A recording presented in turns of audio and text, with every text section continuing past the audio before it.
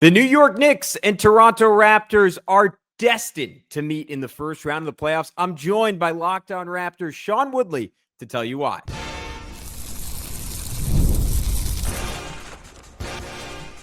You are Locked On Knicks, your daily New York Knicks podcast, part of the Locked On Podcast Network. Your team every day.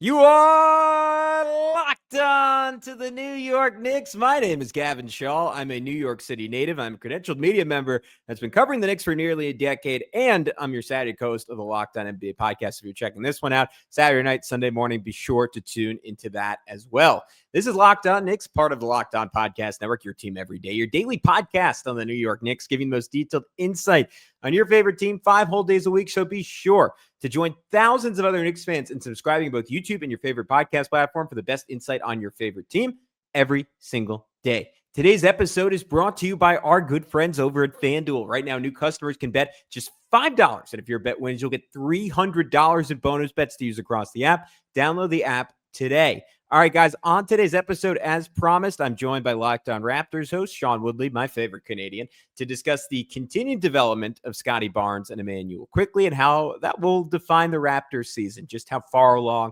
those two get, why the Knicks' depth might be a difference maker for them this season, both against the Raptors and against the NBA at large, and calling our shot on why the Knicks and Raptors could be destined to meet in the playoffs this season. We get into it all right now with Sean.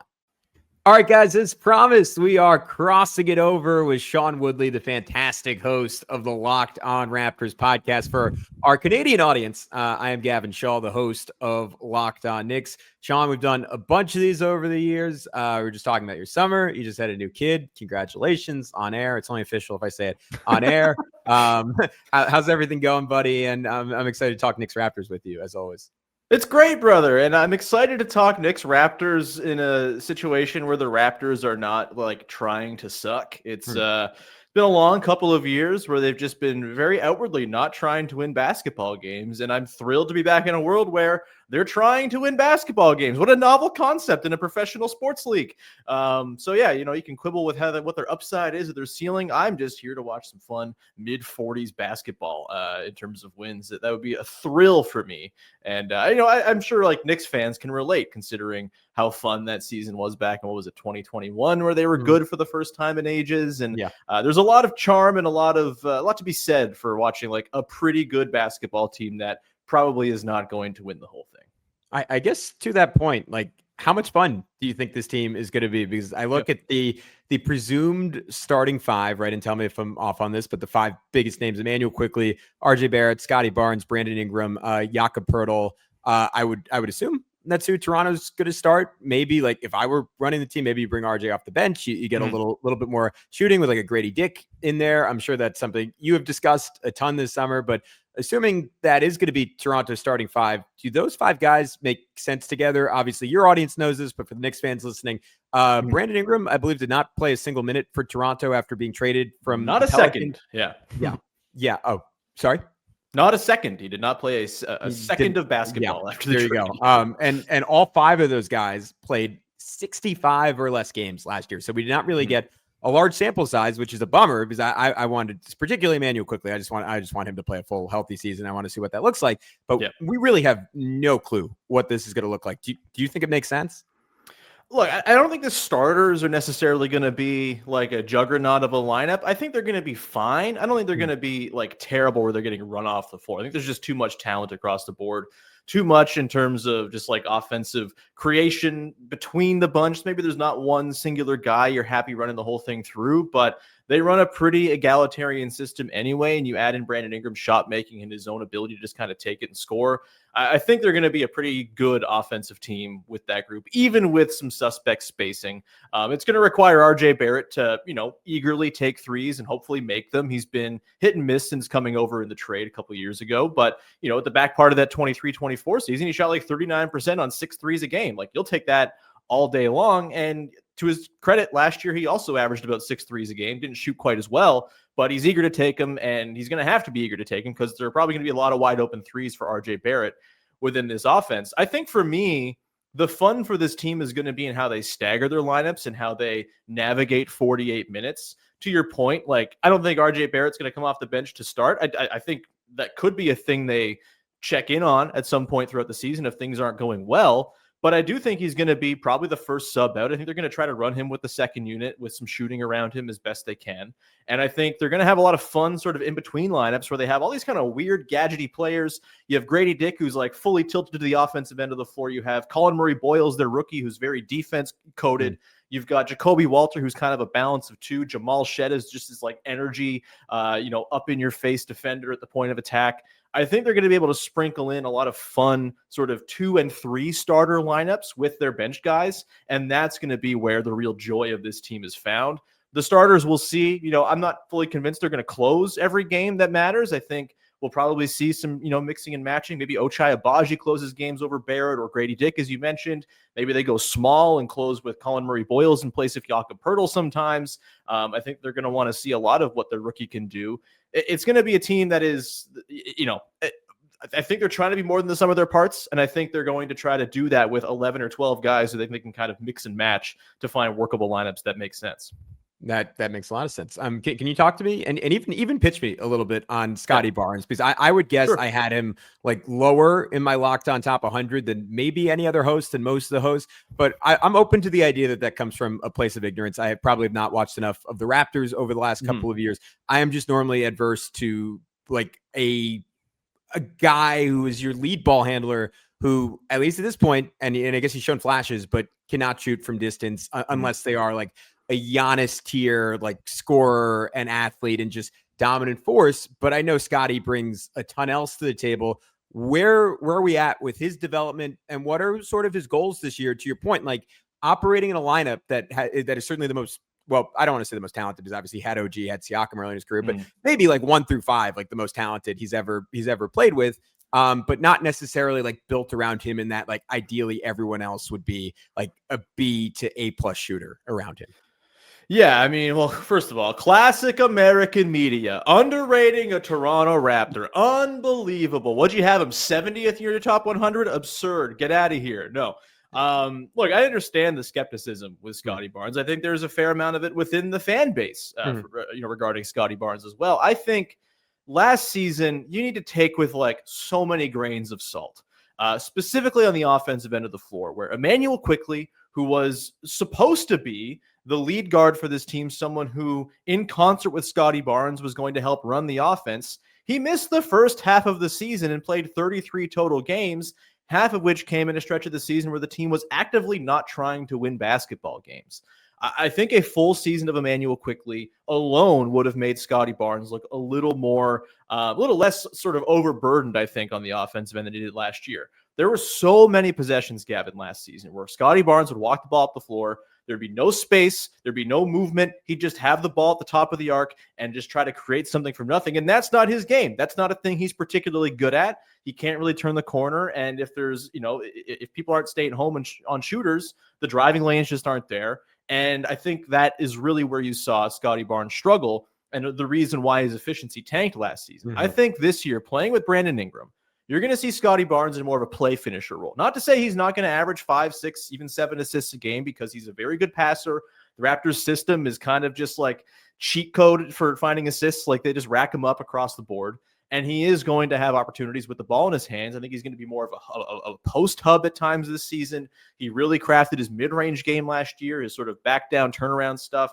That's a real thing I think they'll lean on at times this season too, as sort of an inside out creative force. But he's going to be someone who can attack a defense that's already been compromised by Brandon Ingram, by an Immanuel Quickley, by the rim pressure they should be able to get just with, the way they play as a team. This is a high rim pressure team. They've not been a very good finishing team at the rim. They finished 29th in rim percentage last year, despite being second in rim frequency. But I think the way they can suck in defenses and then have Scottie Barnes attack a closeout, even if it's not a full-on closeout where you're scared of him actually shooting, he's someone who can chew that space up if you're not going to fully close out on him in a way that very few can. And I think that is going to be something that you kind of sort of see the shift in Scottie Barnes' game away from being this sort of, theoretical point forward type to more of like a slashing wing type who just is able to finish plays more often than he has to create them. There will be spots where he's asked to create as well. I think they have a better shooting environment around him. I think they have front court pairings, beyond Jakob Poeltl and Sandro Mamukelashvili. And of course, you've got, Colin Murray-Boyles as well, where I think they'll be able to kind of find environments with more space where he's able to work. I think he's going to play as a small ball 5 quite a bit as well, backing up Jakob Poeltl with plenty of shooting around him. He's just going to be used in a sort of jack of all trades kind of way, which I think is exactly how to use Scottie Barnes. He was very much kind of funneled down this creation silo last season, and it just wasn't good for his game. He's had too many high flashes of the things he's capable of offensively in previous seasons, particularly his rookie year and his third year, for me to think he's just what we saw last year. And then you factor in that last year, he made a pretty substantial leap as a defensive impact player. And when he was on the floor, the Raptors were just a good defense. He was that impactful for a team that has a lot of very negative defenders. He was there cleaning up messes all over the place. I think he's going to be in the all-defense conversation this year with the team being serious. And when you combine that sort of, again, jack of all trades, master of none, wing stuff on offense with the incredible defense he brings to the table, I think you'll find yourself buying up Scottie Barnes stock, playing on a team that is a little bit more built to accentuate his strengths and cover for his weaknesses. That makes a lot more sense to me relative to how he was used last year. And he's not a point guard. For 1,000 times, I've screamed it from the rooftops. He's not a point guard. You got to retire that notion, that fantasy.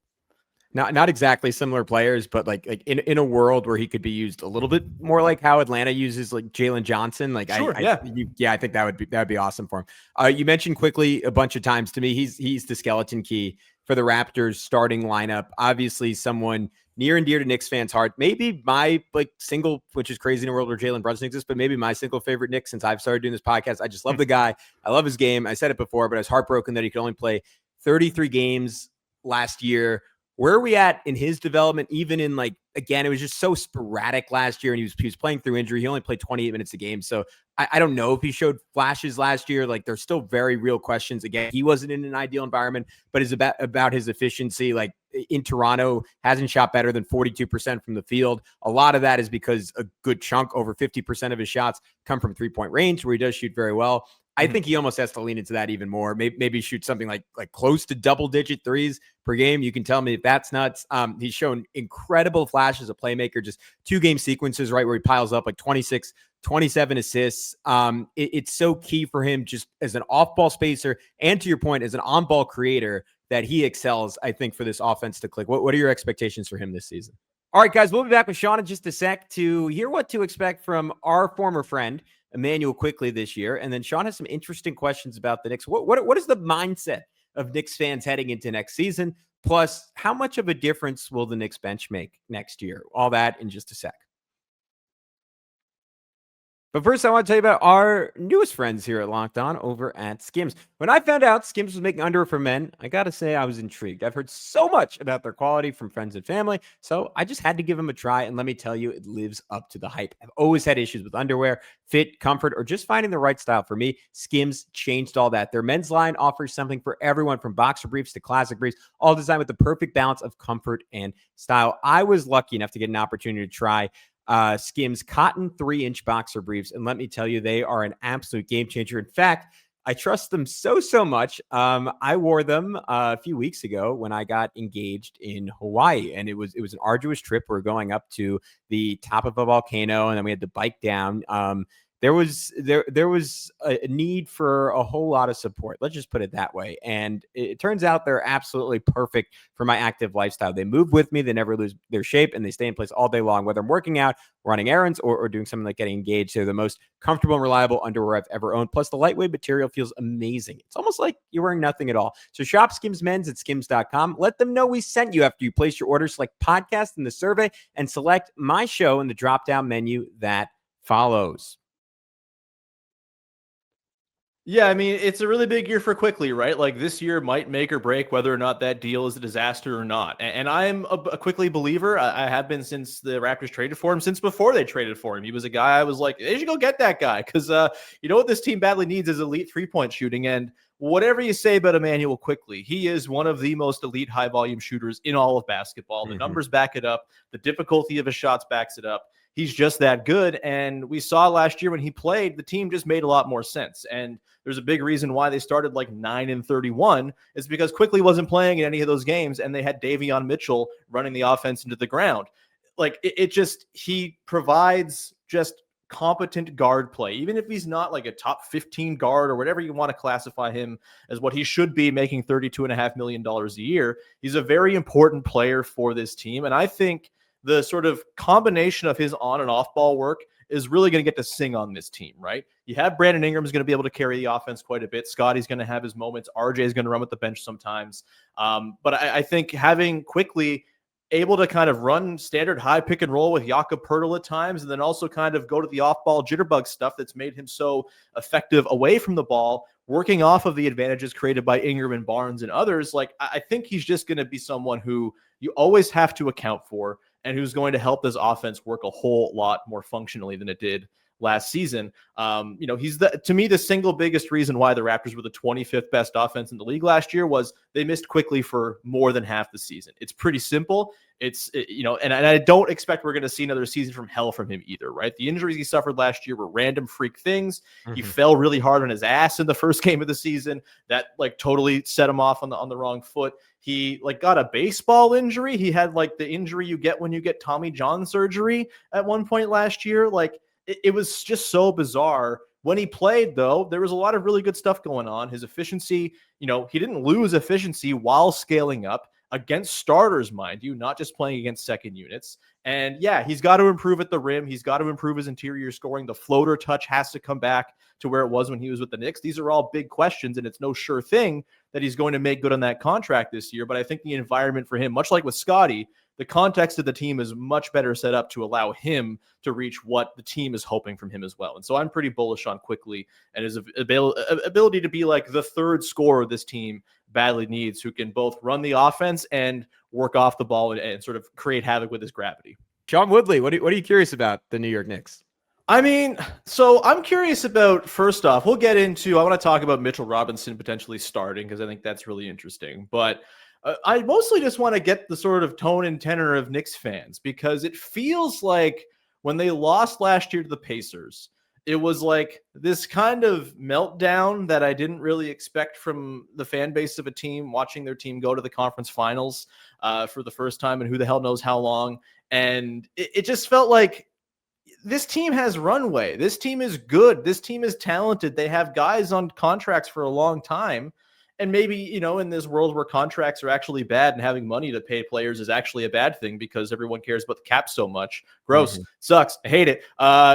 You could paint it as a bad thing, but like, I think it's it's clearly a good thing that they have all of these core players locked in for many years to give them many kicks at the can, as it were. And for me, I know everyone's saying the Cavs are the favorites in the Eastern Conference. I actually think the Knicks are my favorites to come out of the East this year. Are Knicks fans like feeling good, or are they like getting existential? It just seemed like the reaction, and I know they fired their coach and there was reasons for it and reasons maybe to question it, especially with who they brought in to replace him. But like, to me, it felt like the reaction did not match the unbridled success that was last year for the Knicks. Yeah, it's a fair question. Maybe I'm a little separated from it because my reaction was more so frustration that like I didn't feel like they were fully maximized last year. And you do take into account, right, that like you can never, when you have a star of Jalen Brunson's caliber, you can't take any year for granted, right? And they had just exceptionally good health luck last year. Like as well as I do, OG Anunoby, healthiest season of his career, tied his rookie year for most games played, career high in minutes, like incredible. You don't know if you're going to get that again over the life of his contract. Same with Karl Anthony Towns. He had the healthiest season, despite battling through some nagging stuff. He had the last 5 years. So I think the frustration was coming from a feeling of like Tom Thibodeau going in game 3 of the Eastern Conference Finals. All right, maybe now's the time to try a new starting lineup after this group hasn't worked at all in 2025. And it's been a net negative despite being nominally like top 2 or 3 most talented starting 5 in the entire NBA. And it didn't work because they failed to adjust to the fact that defenses were changing how they regarded the Knicks and putting their bigs on Josh Hart, their wings on Karl Anthony Towns. And like, just late in that series, it's like, how about we try Landry Shamet now? Oh, wait, that works really well. How about we try DeLon Wright? Oh, that works really well. It would have been great if we could have figured that out earlier in the season. So I think it was just that there was stuff left on the table. For me, that was mitigated a little bit by the fact that Indiana was just really good, right? And we got proof of that in the NBA Finals, right? Tyrese Halliburton doesn't go down. Who knows? Maybe we're talking about them as the defending champs. The other pain point was obviously just blowing a 17-point lead with under 3 minutes to go in game one. Obviously, like you just don't know if you're going to get that opportunity again against that team. Fortunately for the Knicks, unfortunately for basketball fans, because it just sucks. Like Tyrese Halliburton is out for the season. Jason Tatum is out for the season. The Knicks, again, are gifted like a unique window where, to your point, I respect Cleveland. And I think there's just no argument that the Knicks were in the same stratosphere in the regular season last year. As from a Knicks perspective, and I think Knicks fans feel this way, nobody fears Cleveland the way Boston was feared to some extent, where Boston just absolutely owned the Knicks at times over the last couple of years. And there wasn't really a lot of hope going to that series. And the Knicks pulled it off. And that's one reason why you go into the season with renewed optimism. Like if we could beat them, we could beat anyone, because nobody, myself included, gave the Knicks like just a chance in that series. And the Knicks just beat Cleveland in the playoffs 3 years ago. So I think your thoughts on it are completely reasonable. I've gone kind of back and forth. I have a feeling Cleveland will be the better regular season team, even with their injuries. I think there's just a little less to figure out. In the playoffs, I think that is absolutely a toss-up of the series. And even though Cleveland might have just like a slightly more coherent team and identity right now, I might favor the Knicks just based on the grit they've shown that I don't know we've seen from Cleveland yet outside of Donovan Mitchell. Yeah, I mean, totally makes sense. I agree that they maybe weren't optimized last year. You know, there's all the stuff about, they never brought along their young guys off the bench. And that was, oh God, they're throwing out Landry Shamet and DeLon right in playoff games. This is an insane decision considering they haven't played all year. And I totally get all of that. Like, I think you should use the regular season, especially when you're a good team that's racking up wins, to sort of flesh out the back part of your roster so you are ready when you need a random ninth guy to save you in a playoff game. I don't think they did that very well. I'm curious what you feel about the offseason additions for this team, because I'm kind of a mixed bag on Jordan Clarkson, Gershon Yabusele.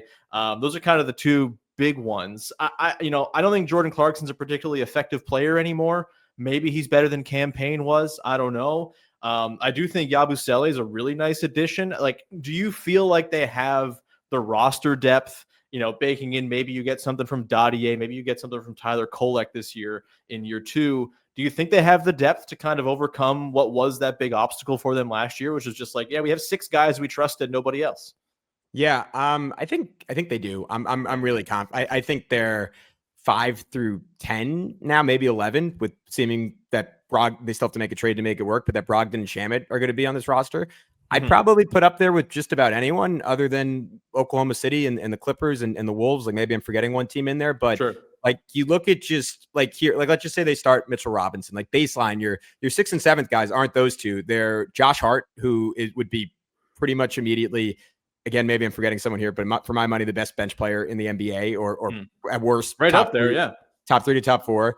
Deuce, I think, is as good of a 7th man as there is in the NBA, and the Knicks are. I personally think he should start, and the Knicks are just dramatically better, very similar to Immanuel Quickley back in the day. Every time he's on the floor, and his shooting and his 3-point rate and his point of attack defense and screen navigation are all just incredibly important to making this team function. I'm in a world where he's starting. You have Mitchell Robinson off the bench, who showed like he's like on a permanent impact basis, probably like a top 60 player in basketball, a guy with clear limitations, but whose strengths are as strong, again, as like any center in the NBA in terms of offensive rebounding and rim protection. So just those 3, like 2 of those 3 as a baseline as your bench, I just think is an incredibly strong starting point. Clarkson, I think I'd push back on a little bit defensively. Like, it's not going to be very good at this point in his career. Certainly not in his prime as a scorer. There's a world where he just completely falls off a cliff this year.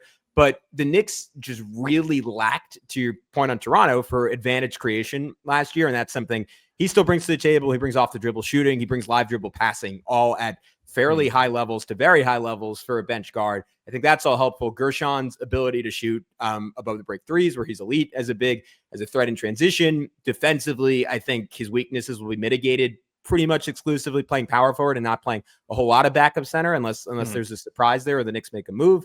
And then Brogdon and Shamet, if they're your 10th and 11th guys, you're in a really good place. So I'm actually, it's on Mike Brown to deploy them correctly, and we'll see if this team makes a consolidation trade, because Sean, this might surprise you. It's hard for me to accept in a Tom Thibodeau pilled world that the Knicks are actually going to play 10 guys. Like, I might need years of therapy before I'm ready to like process that. But If they do go 10, like they actually have the depth for it. So I think the bench, at least like last year before they made the cat trade, it looked incredible. And 2023, it was really, really good, but it's about as good as they've ever had to start a season. All right, guys, we'll be back with Sean to wrap up this edition of the Locked On Knicks podcast, a little bit more on the Knicks, and then we get into expectations for these two teams and how they actually match up on the basketball court. All that next right here on Locked On Knicks. But first, I want to tell you about our good friends over at FanDuel. The NFL season is here, and FanDuel is making sure you're ready for kickoff with a can't-miss offer. Right now, new customers can bet just $5. And if your bet wins, you'll get $300 in bonus bets to use across the app. Again, you're betting just $5. And if your bet wins, you'll get $300 in bonus bets. Here's what I like about FanDuel. If you're anything like me and you root for the Giants, or if you root for the other team, the New York Jets, you've not been blessed with great quarterback play and by and large, not great offensive line play over the last decade or so. And in turn, I find it very hard to enjoy my favorite football team when I don't have those two things. So I like to find a way to juice up my Sunday. Yes, fantasy football gets you part of the way there, but FanDuel gets you all the way there. So are you ready to play? Download the FanDuel app now by visiting FanDuel.com to get started. That's FanDuel.com to place your first $5 bet. You mentioned you think Deuce McBride should start. I am of the mind that, it's pretty clear there's proof of concept that Towns plus a rim protecting center is a damn good front court that can take you places. And I wonder, to me, that feels like the move. You move Hart to the bench. You have Bridges, OG, Towns as your 2, 3, 4, and then you round it out with obviously Robinson helping with the defensive stuff, the rim protection, the rebounding, the size. It's just like a gigantic team if you have him in there. To me, that feels like the move. But I guess the concern there is Mitchell Robinson not typically been a beacon of health throughout his career. Are the Knicks too reliant upon Mitchell Robinson being a keystone player for them in order to really have serious ambitions of going all the way and winning 4 rounds in the playoffs and getting a championship in the door? Probably, yeah, but they don't have to be. Again, I think in a world where you start Deuce, I would not play Mitch over 20 minutes a game. I would never play him back-to-backs. I would have him pretty much on the like Kawhi Leonard early season plan, but just for the entire year. And it's to that point, like we just heard at Knicks Media Day, Josh Hart has a finger injury. And if you see it, it looks totally gnarly. And he's like, yeah, I'm going to try to play through it. And then if it acts up, maybe we'll do something, but I'm going to try to play with a split. And in my mind, I'm like, what are you doing? I think the only thing that matters for this team is that you get to April healthy. And at least with Hart right now, doesn't seem who knows? I don't have his medicals. I'm not a doctor. I have no idea. But to me, I would just have him get surgery and get it fixed. And that's kind of my same premise with Mitchell Robinson. Wrap him in everything you can to make sure he stays safe. Leave him at home on road trips, whatever you need to do to get that guy to April healthy. Because we saw it last year. He did get through a bulk of the postseason, fully healthy, didn't really have any nicks and bruises. But I think that was because the Knicks were incredibly cautious in terms of how they ramped it up. His cardio was as good as it's ever been in his career. There was maybe a little bit less of the acrobatics that he had early in his career. I think there is a way to do it where you can rely on him. It is a risk, but there's unless you're the Thunder and you just have the luxury of infinite depth, there's risk baked into almost every team. And if that is kind of your biggest pressure point, will he actually be healthy? I feel pretty good about where the Knicks are. And again, if I were Mike Brown, I'm structuring this team around the fact that you traded for the best shooting 5, with apologies to Nikola Jokic, or alongside Nikola Jokic and Karl Anthony Towns in maybe NBA history. He calls himself that. I don't know. He's in that conversation. I think that is what you need to build your team around, because with Brunson and Cat as your 2 best guys, even with Mitch out there are always going to be limitations on the defensive end of the floor. If you do go double big, it's on Mike Brown to be a little bit more creative in how you get Cat involved. Because again, they didn't really try in the regular season. That wasn't only on Tibbs. That was because of the injuries. They had no idea. And Cat was an afterthought. And he was just a rich man's Anthony Tolliver out there when Mitchell Robinson was starting, which is not what you want your $50 million all NBA big to be. Not Anthony Tolliver is not a name you want to be invoking. That is for sure. My line of questioning is done. Gavin, I think the Knicks are going to be really good. Should we talk about how these teams stack up with one another in the Eastern Conference in a sec? Yeah, let's do it. Sean, what are reasonable expectations for Toronto? Because I see, we just discussed it a little bit, but I see a clear-cut top 3 where the Knicks and Cavs are in their own tier. I think I would probably put, even though there isn't totally proof of concept there, Orlando in their own tier, just because I think they're clearly the third most talented team left. And then Detroit is fascinating. I wonder if Jaden Ivey like hurts more than he helps. Like I'm curious because that team took off like the second he got hurt. They became one of the best teams in basketball. So I'm fascinated to see how that reintegration goes. I think Atlanta is really good. Again, you're really reliant on KP staying healthy. So that's interesting, but their wing depth, I'm a relative believer in Trae Young. Milwaukee just has a very high floor with Giannis plus shooting plus defense. That is a formula for 50 games. Is there a world where Toronto sneaks into that tier and potentially jumps one of those teams? I would have them maybe just on the outside looking in of that third tier. I think there's like, that's the ceiling of this team for sure. Like, I don't think I'd be totally shocked if we look up at the end of the year and in a clustered conference where 4 through 10 is separated by like 5 games, if the Raptors are sitting there in the 4 seed at the end of the season. Like, I don't think it's likely. I wouldn't put my money on it, but I don't think it's off the table. I think this team has too many good players to be bad the way they have in recent years, and I think they're really incentivized to try. I mean, Masai Ujiri got fired in the summer. Ownership has very clearly like kind of taken control of the team in form of Ed Rogers and Keith Pelly and all of the big wigs up top. And they seem to be really wanting a return to the playoffs. And I don't think they're going to green light a tank season if things don't start off super well. Like, I think they're going to want to try to push for playoff home gate revenue. I think that's like genuinely an inspiring factor here for the team. And hey, like, maybe that's not the greatest thing in the world where you're taking your cues from ownership. I'm sure Knicks fans know all about that. It's not the most wonderful place to be, but as someone who's like thirsting for just any kind of competitive basketball after, you know, over the last 5 years, only one of them being entertaining or good or fun in Raptors world, like, I'm all for winning 45, 46 games this year, which I think is very much on the table.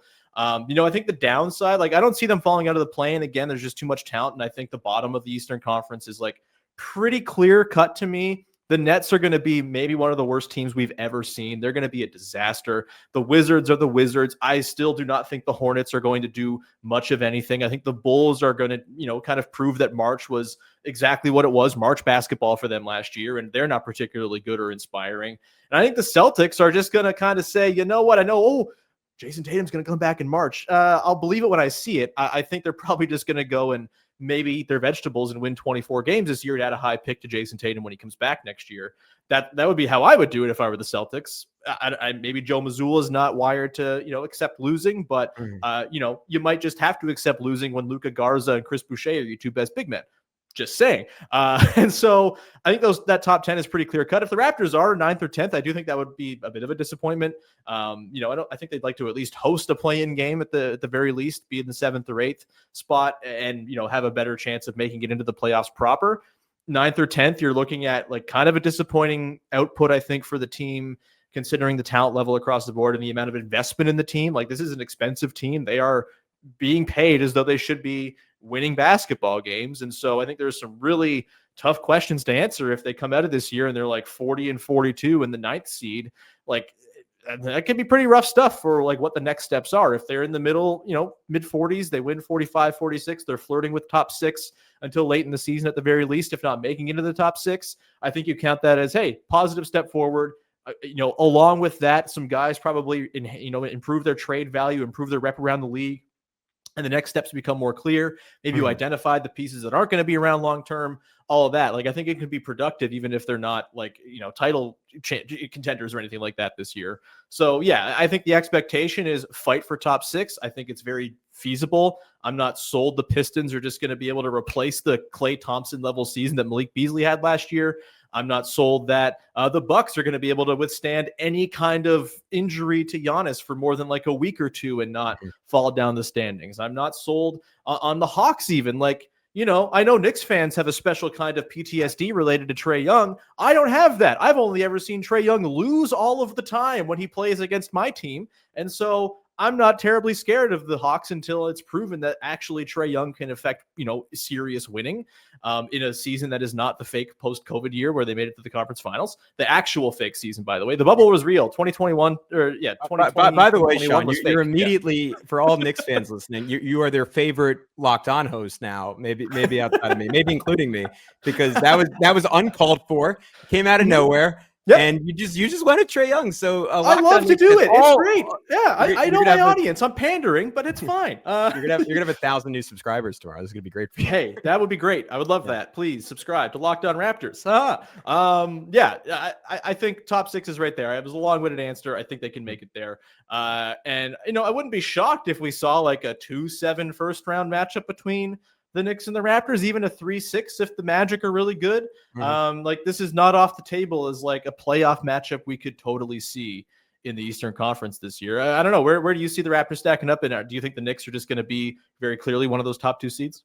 Yeah, I think I'd be surprised if they fell below 3. To your point, like just statistically, obviously knocking on every piece of wood in my apartment. They should have more injuries this year. I think they have better depth to withstand it. Basically, everyone, like the 3 most irreplaceable guys, weirdly enough, even though Cat is clearly their second best player, are probably Brunson, OG, and Mikal in that order, just because they have they have 3 wings on this team, right? To your point. Sure. Pacome Dadier, maybe it kind of seems like they're going to trade him, which I think is crazy, but to create a roster spot, presumably for Landry Shamet, which I disagree with, but I digress. But they have insulation. Like anyone other than Jalen Brunson, like they can afford for them to miss as long as it's like sub 30 games, and I still think be the 2 seed.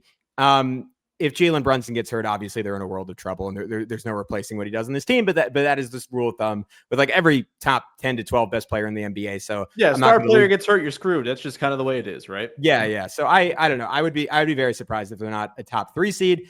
I don't know. I don't like have a ton of confidence they're going to make a run at the 1 seed again. I wouldn't be surprised if Cleveland, despite the fact that Garland's out for the beginning of the year, Strus is out for a couple months, if they just like ran away with it, similar to the way the Celtics did 2 years ago, similar to the way Cleveland did last year. But I think the Knicks will be a 2 or 3 seed. But just before we head out, I wanted to ask what you make of this matchup specifically. The Knicks have won the last 8, according to my napkin math, by an average of 17 points per game. Toronto, to your point, should be much more competitive this year. I think the way the teams match up is interesting. Like I really like the idea that like all pending the Knicks starting Mitchell Robinson, all 5 starters on both teams are scoring threats. I think that's interesting. That's kind of fun. I do think there might be like there are pressure points on both sides. Like the Knicks will certainly try to go at RJ Barrett at times, and Toronto will certainly try to go at Jalen Brunson and Karl Anthony Towns. How do you think the Raptors match up last year? Because they certainly played the Knicks much more competitively last season than they did 2 years ago, where all those games were blowouts. Yeah, I mean, last year, I just kind of throw out most of the season because, like, we haven't actually seen the team as it's going to be together this year play together. And the last 2 seasons, the team has very outwardly said, like, yeah, we're not really trying to win games here. And so a lot of grains of salt when you try to look at results from the last couple of years. I think in theory, it's not a terrible matchup for the Raptors. It's not like, the Knicks are like a team that has a lot of shooting everywhere. That's always a challenge, but I think the Raptors are pretty good at covering ground. And I think when it comes to that sort of Brunson and Towns pick and roll of it all, like I think they have the means to defend it reasonably well on one end. Like I think Quickley's gotten much better with his screen navigation. I think they have a few other guys, Jacoby Walter, Jamal Shed, they can go throw on a lead guard and, have some modicum of success, as great as Jalen Brunson is. And I think, the matchup of Towns versus Jakob Poeltl is interesting, right? Like it is very much a sort of clashing of styles. I think Poeltl typically struggles more sort of with like vertical threat bigs. Like I think Mitchell Robinson's kind of the type that just kind of overpowers him and is just better at his own game than him. I think a guy like Towns is someone Poeltl on defense. Like he's got good feet. He can stretch out to the perimeter. He's not someone who's afraid to go dance in space if he has to. And I think offensively, he's someone that you can kind of just spam pick and roll and really test Karl Anthony Towns as a drop big. It's again, the Knicks are more talented. They're better. Like they're going to finish higher in the standings for a reason. Throw an OG onto Brandon Ingram while Scottie Barnes maybe gets to go work on Mikal Bridges. Like maybe that's a sore spot you can go and attack just strength wise, size wise. But yeah, I think, I haven't done a ton of thinking about the on-court machinations of really any matchup for the Raptors yet, because I don't know what the hell they're going to look like to begin with. But I do think, the Knicks pose an interesting matchup that's not like this sort of daunting, oh God, we can't possibly imagine winning this game type of matchup for the Raptors. I think it's going to be one where it's pretty competitive, and there's, a fun sort of mix of a clash of styles almost with how these two teams play that I think would be pretty fun to watch.